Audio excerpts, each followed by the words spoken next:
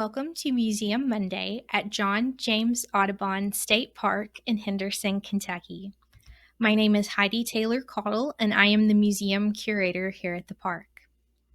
The production of the Birds of America was a family effort. Often overlooked are the contributions of John James Audubon's wife, Lucy, and his two sons, Victor Gifford and John Woodhouse. The story of Audubon's life and art cannot be told without them.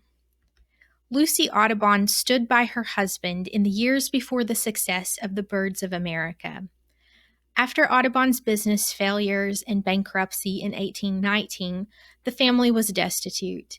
Lucy endured many years of poverty, loneliness, and criticism of her husband from family members and friends, while encouraging Audubon to pursue his dream of studying and documenting the birds of North America. She agreed to work as a teacher to support herself and their two young sons, while Audubon traveled the country seeking out new birds for his drawings and later journeyed to Great Britain to find a publisher for his work. Lucy took on this task at a time when it was frowned upon for married women to work outside the home.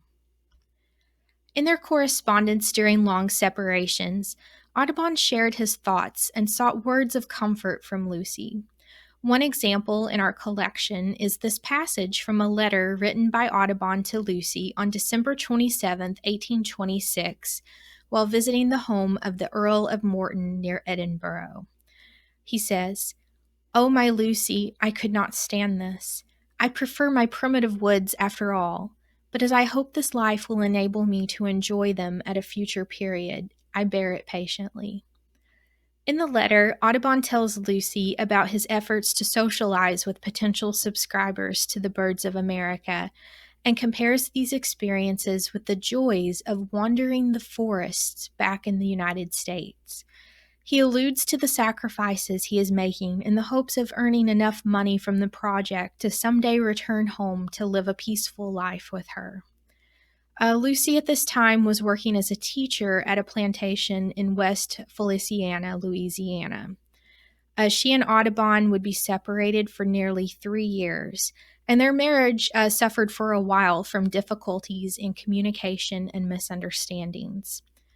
They did eventually reunite, though, and Lucy continued to serve as Audubon's best friend and confidant through the publication of the Birds of America and other publishing projects.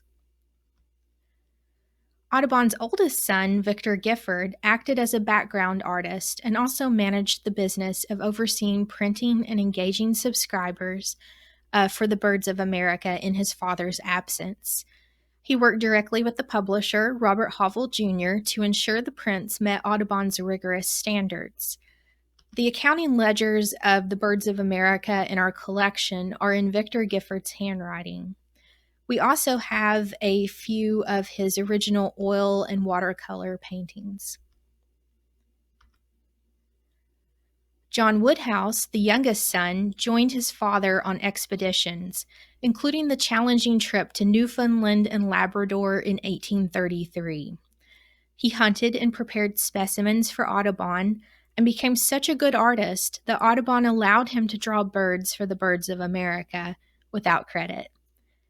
John Woodhouse later collaborated with his father on the viviparous quadrupeds of North America, drawing many of the plates included in the publication. He and his brother completed the work after Audubon's health declined in the late 1840s. We also have some of John Woodhouse's original oil paintings in our collection. It is a misconception that John James Audubon worked alone.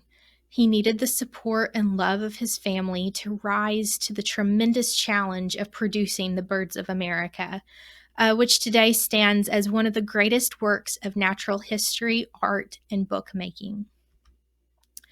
Thanks for listening. As we look ahead to reopening the museum in June, we plan to start publishing the Museum Monday videos once a month instead of every week.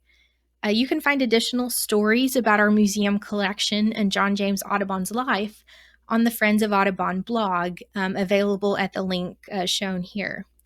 As always, stay safe and be well.